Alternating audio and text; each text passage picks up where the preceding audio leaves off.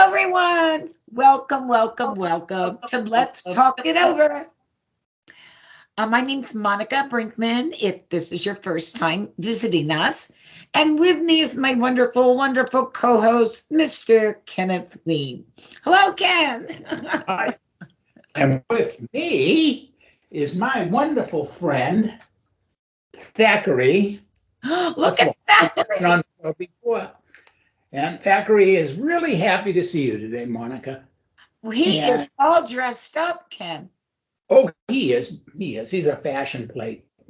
Oh. And Thackery is really here to introduce his sibling.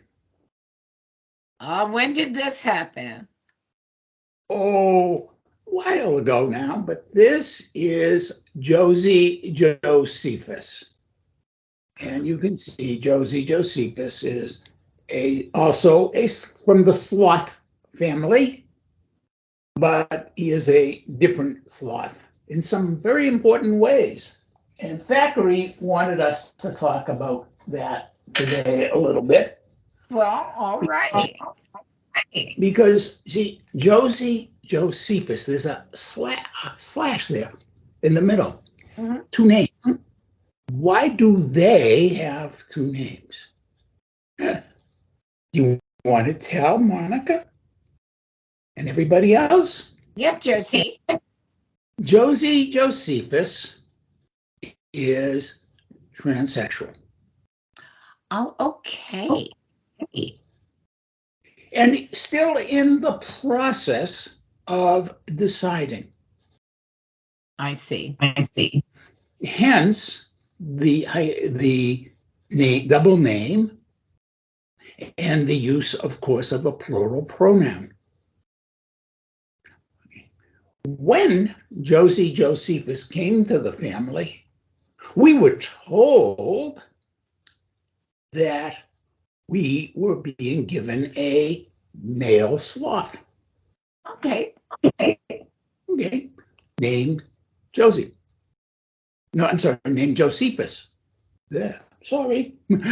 And then they explained to us, after the people who had given them to us had left, very quietly, they came over and explained to Roz and myself that they were, in fact, not sure whether they were male or female.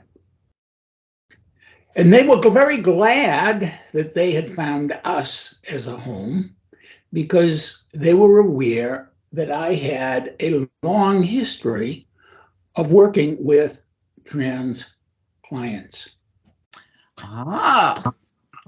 So, better? Home for Josie or Josette. for them, yes. Even though I sometimes screw up.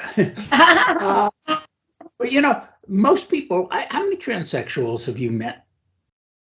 Besides Josie Josephus, obviously. I mean, I met it because I was in theater and entertainment a lot. But not many. No, they weren't the majority of the people I met in those areas. And were they transsexual or transvestite? It was a courting. I met both. Yeah. You know, there's only about 0.5% of all people identify as being in the wrong body. No, you're right, Ken, because most people weren't transgender. Right, yeah. I mean, most of them were transvestites. They'd like to dress up and right. And I've known they a few didn't of want to change their sex. Actually, the ones that I knew when I was working with transsexual were very clear they were not transsexual. Okay. There were some who did cross-dress, who wanted, and then decided they were transsexual. But the vast majority, they really were uncomfortable right from the get-go. Yeah. there's a difference. And transsexuals are, okay, relatively rare, but they do occur. We don't know why. In some very small instances, we don't know. We see genetic differences, so we see, something that, hermaphroditic, where they have both sets of organs or something like that. Yeah, that's happened, and then a choice has to be made, at birth. That's even rarer. I mean, much rarer. Very rare. Yeah. But about 0.5%, and the number might go up a little now because it's become more publicly acceptable, at least in this country, we hope, in certain parts of this country. Mm-hmm. But, it's not this big thing, but it is becoming an awfully big thing politically. And so I thought we could talk about some of those things because I think there are things that need to be debunked. Okay, I'm going to throw this. I'll be right back. All right. Sorry, he wouldn't quit. That was getting upset. Well, you all know that gender is very important to cats. Yes. He wouldn't quit licking my finger. That was driving me crazy. But okay, so let's start with a couple of the big issues. Okay. Biggest issue, according to, is sports. Now, obviously, that's only a one-way thing because men who become women, okay, trans women, have, excuse me. You need a drink? Have in theory an advantage. In practice, they don't have that advantage much. Occasionally one might, but for the most part, they don't. The one instance where they were talking about was a swimmer who did come to dominate her certain events, but she was, as a man, very good swimmer.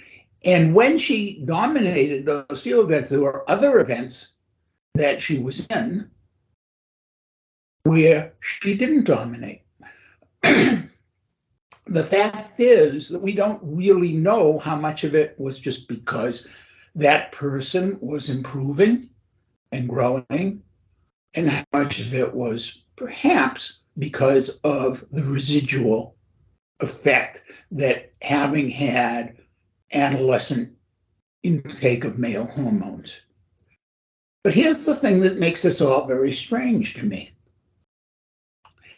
Those same people who are making a big issue about, well, if Josephus then goes to become Josie, he's going to be a stronger sloth, are the ones who are saying, but you cannot give Josephus female hormones and hormone blockers when he is reaching adolescence. Well, if you really were concerned and the kid really, really believed that they were in the wrong body, it would make much more sense to say, okay, then we should be giving these treatments. If the kid really believes they are in the wrong body, why are we treating this kid as if they don't have a knowledge of who they are? I have not met many kids who wanted reassignment, but I'll tell you one thing I do know about them is that all of them were pretty darn sure. Now, could they be wrong? Yes, and we'll get to that in a second. Okay, yeah. Now, the other thing is that if you really believe that, say, a swimmer has an unfair advantage because she had gotten this infusion of hormones earlier, even though, of course, the Swimming Association blocks them from competing until they have been on the female hormones for a certain period of time. But if you really believe there's an unfair advantage, then handicap it. It's not a big chore to handicap. You could very easily do that, yeah, certainly. Especially with swimming, you add a certain amount of weight, and boom. Okay. So, but so that's the first thing is I think it's, pretty fallacious. Did they come to you like at a certain age and stay with you for quite a while? Well, most of the people I worked with were adults. Kids, I only had a couple kids that I've had interaction with, as I said, and they did not. One came to me as a client, told me, I informed, as I was responsible to do, the parents. The parents got furious at me, then took the kid to a gender treatment specialist. And the kid ended up on the roof of the house in which this guy had his practice, threatening to jump off if his parents did not remove him. He was in that time male. Oh. And I do not know, sadly, I do not know what happened subsequently, but I do know that it was a terrible, terrible mistake on their part. Yeah. And I'm sure alienated their kid from them. Now I'm going to guess, I don't know for sure, but I'm going to guess that there is now a very nice young middle-aged woman out there who won't have anything to do with her parents. And that's sad. Yeah, it is. Now, another thing that I want to point out is this business of, can there be a mistake? Of course there can be. Of course there can be. Mm-hmm. Hey, folks, how many people have had bariatric surgery and then realized after the fact that it was a terrible mistake, that they were awfully, awfully unhappy? They thought they were doing the right thing. They thought they were being consistent with their bodies, with their self-image. One of my friends here in Tucson died 6 months or so ago as a result of the bariatric surgery that she was absolutely convinced that she had to have. And well, I won't go into all of the horrors that was. Okay, how many people do we know who have had plastic surgery for conditions that were non-existent? I have this weird looking nose, doctor, please. But nothing you say to them will convince them they don't have a weird looking nose. Yeah. One of the things that I used to tell a lot of parents of teenage, particularly some boys, was just stall the nose surgery. Stall that nose job till they have a chance to grow into their nose. Then if they still think it's wrong, that's a different story. For a long time. Yeah. How many times have I suggested to people that, oh, hey, you think you have this condition, your body is, why don't we put you on some SSRIs or tricyclic antidepressants and see if your body gets better? And often they do, because the fact of the matter is our proprioception, our view of our body, can be very, very distorted. For example, Thackery took a long time to convince him that he was not overweight, that he svelte. Now he knows, right, Bex? Yes. And look how he's dressing, Ken. Before he wouldn't dare put a hat on or a shirt. Exactly. So, see. And even bring a friend with him. Jeez. Yeah. So you see, sometimes, yes, it would be a mistake. So how do we deal with that? First off, we make sure that the child understands the choice and what's involved. We give them meaningful biology and sex education. Secondly of all, we let them try the role. Okay, hey, you want to go and practice using a girl's name and dressing up? We're not going to stop you. By the time the kid is at puberty, okay, and boys turning to girls, that's usually 11, 12 years of age.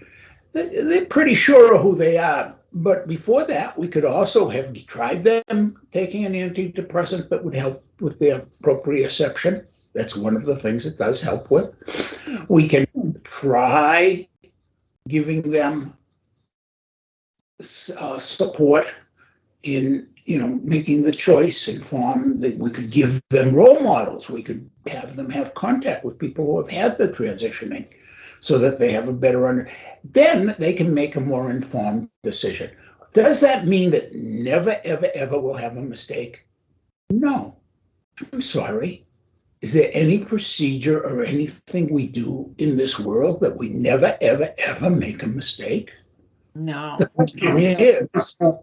question is, which is worse?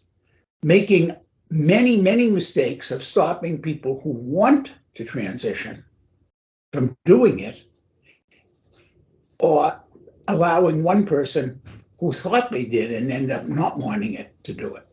And my thinking is, it's much worse to take away the choice of many in order to prevent the one mistake. So why are we so preoccupied with this? I don't know. It's been around forever. Because they're getting right. Many societies actually have, like in Native Americans, they talk about two-spirit people who are both male and female. In India, there's a whole gender. The people, they're male to female, basically, male to removal. In the old Ottoman Empire, and people didn't get the choice, but they were eunuchs. Yeah, we learned about them in history. So, what is it? Why is it that we are so preoccupied? Is it because God has said this to us? Well, I don't know. God has spoken to many societies in different ways. And nowhere in all of the teachings of Jesus do I find, you have to impose this or that on people. Yeah, I haven't found it either. And if I tell people that, they think, well, you're not a Christian. You're not this.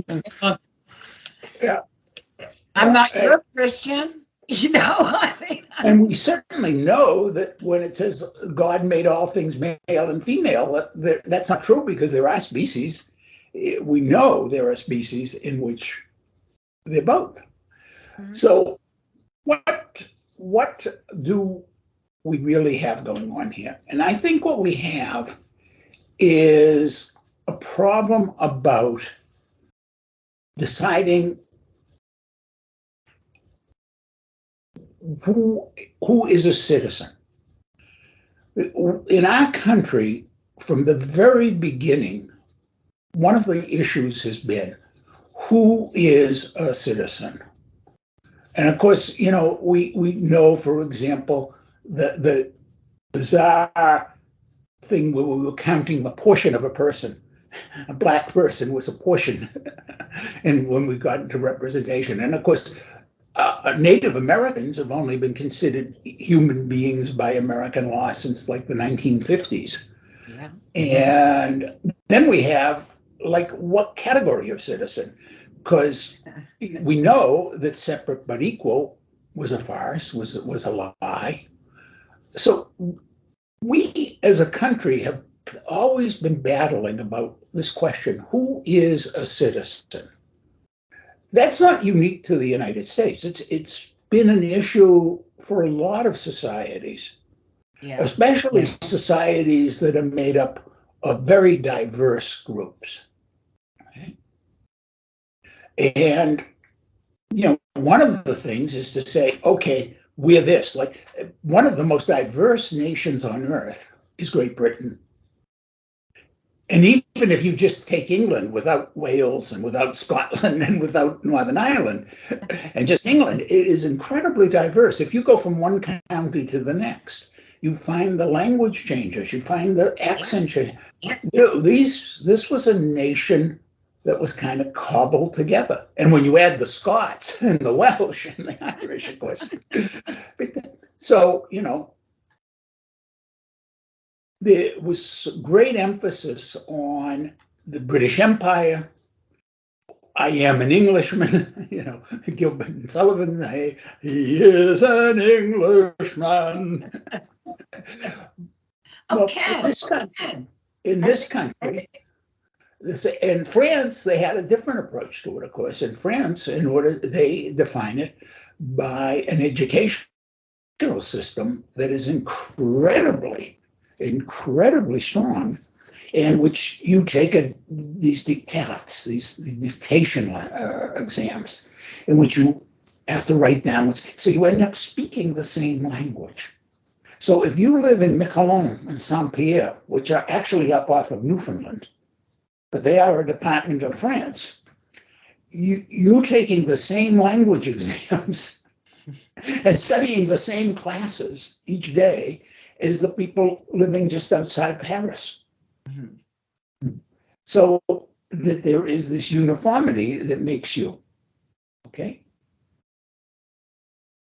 Every country, every complex country has had to have a way of finding its identity.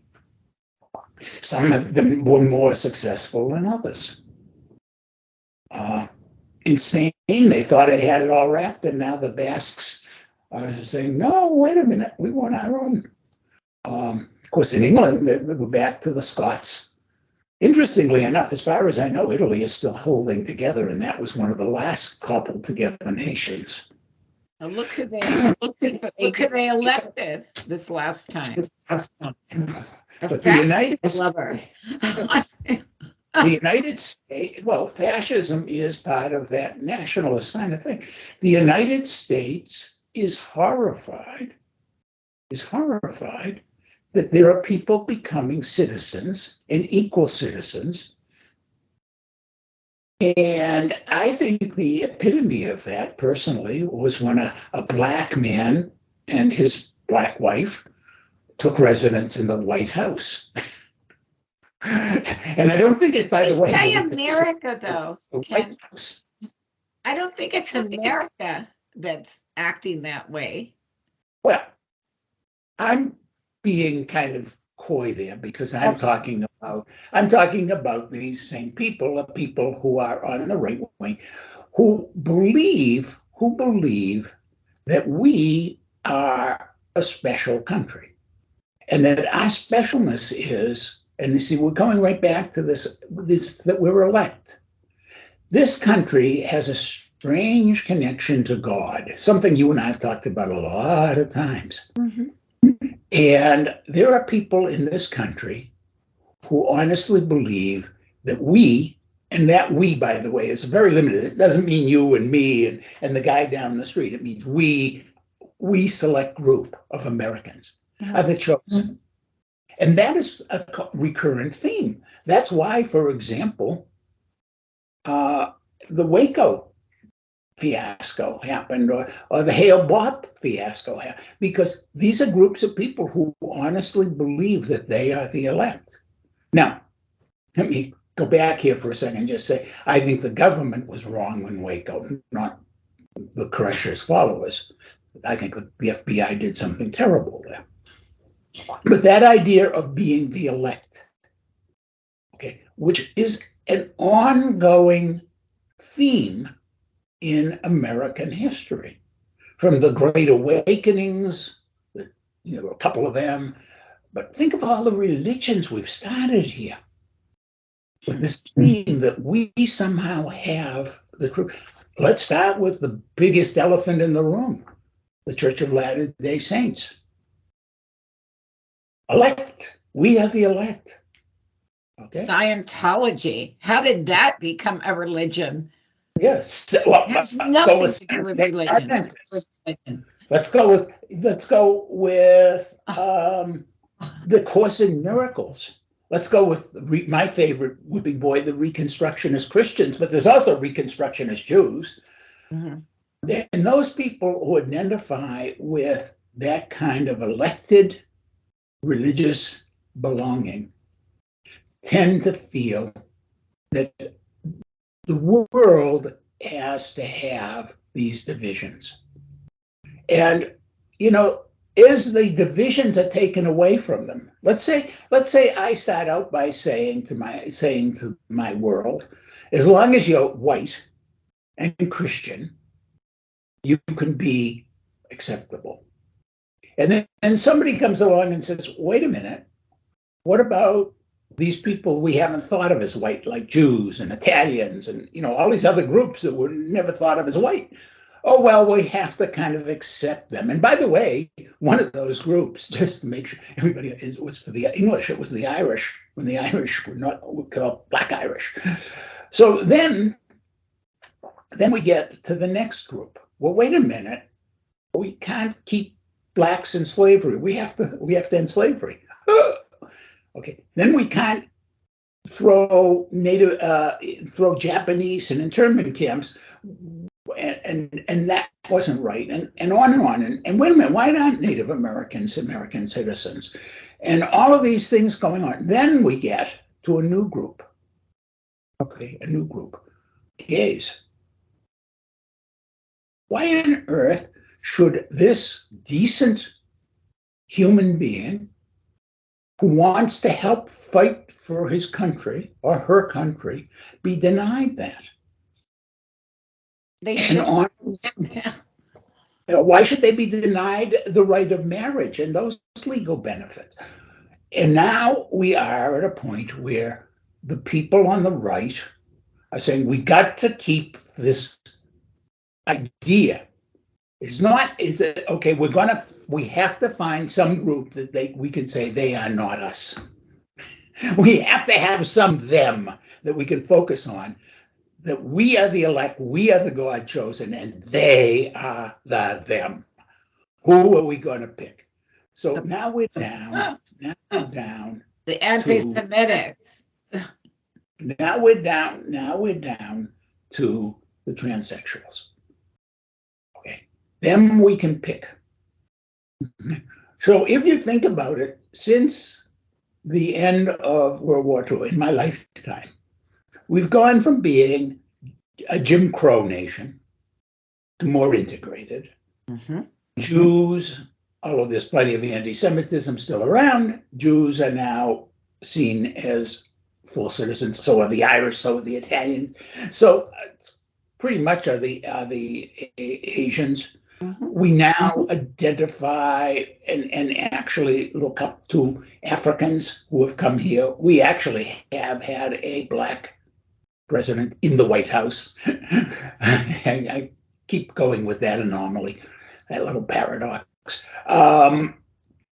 But, as we move along, we now have gay, I have a couple that I am my wife and I are very close to. And one is a gay couple. One is a Native American, and the other is from the Philippines originally. And they are married. And isn't that wonderful? Yeah. Isn't that wonderful? Well, we have to find somebody. We have to find somebody for these people who have to be better than them. And so now we're down to, and the argument is coming that somehow or other, the transsexual is the cheat, is the lie. But we're only doing it for their own good because, again, as you know, we only had Black slaves because, well, they didn't know how to live properly, so we had to civilize them like they weren't coming from some of the oldest and most well-developed cultures in the world. I know. But see, these same people you're talking about doesn't want anybody to know those facts. Right. Because it doesn't fit their narrative. Right. So, folks, let me tell you a couple of things I believe. I do not believe that there are any chosen. I don't believe there are. There may be some pure souls in this world, and maybe there is a God who recognizes that, but they weren't picked out and then made pure souls. They came with pure souls. Most of us are getting by as best we can. We are not better than them. We are not an us better than them. What we are is we are all more human than otherwise. And it is time for us to stop judging and stop being paternalistic or maternalistic in our protecting. And yes, some people may make mistakes in their lives. I wonder how many of the people who are saying we will have to stop them from making mistakes have had 2, 3, 4, or more marriages. And yet we're stopping other people from making their mistakes. I think it is time for us to show a little humility and to say, God, if there is a God, and if that God has created us, then God, teach us to learn how to live with ourselves. And we're all part of God then also. So we're all part of each other. Don't hurt each other. You're hurting your own self. That's all I can say. Well, this has been a very nice conversation, Monica, and I think probably, I'll bet you can find some really beautiful kind of music they had at the end of this. Yeah, I think we could all use that right now. Definitely. Okay, folks, we're going to say goodbye to Ken and myself right now, and you enjoy. Here you go. Bye-bye.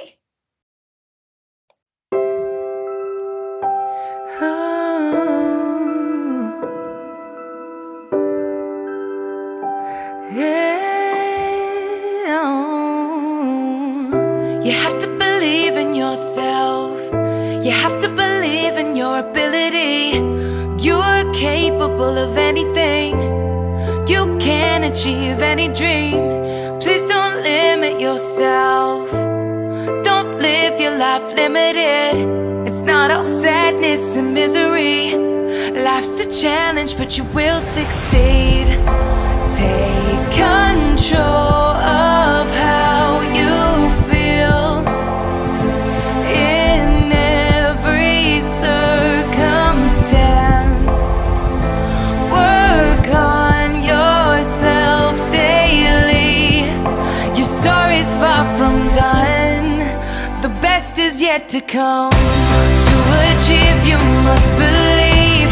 You can live out all your dreams. Persevere, you'll make it through. What you need is all in you. When you believe, you will achieve. You can live out all your dreams. It's about time you knew the truth. You got the power all in you. Whoa, whoa,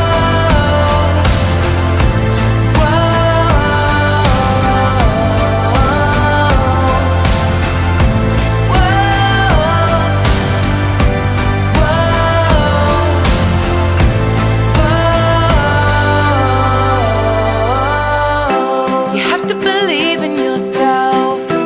You don't have to hide anything. You can be your true self. Don't need to follow society. Never forget that you're blessed. Give thanks for everything. Even the hard times will turn out to be blessings. No matter how you feel, you can learn from your pain. It's there to make you great. Your story's far from done. The best is yet to come. To achieve, you must believe.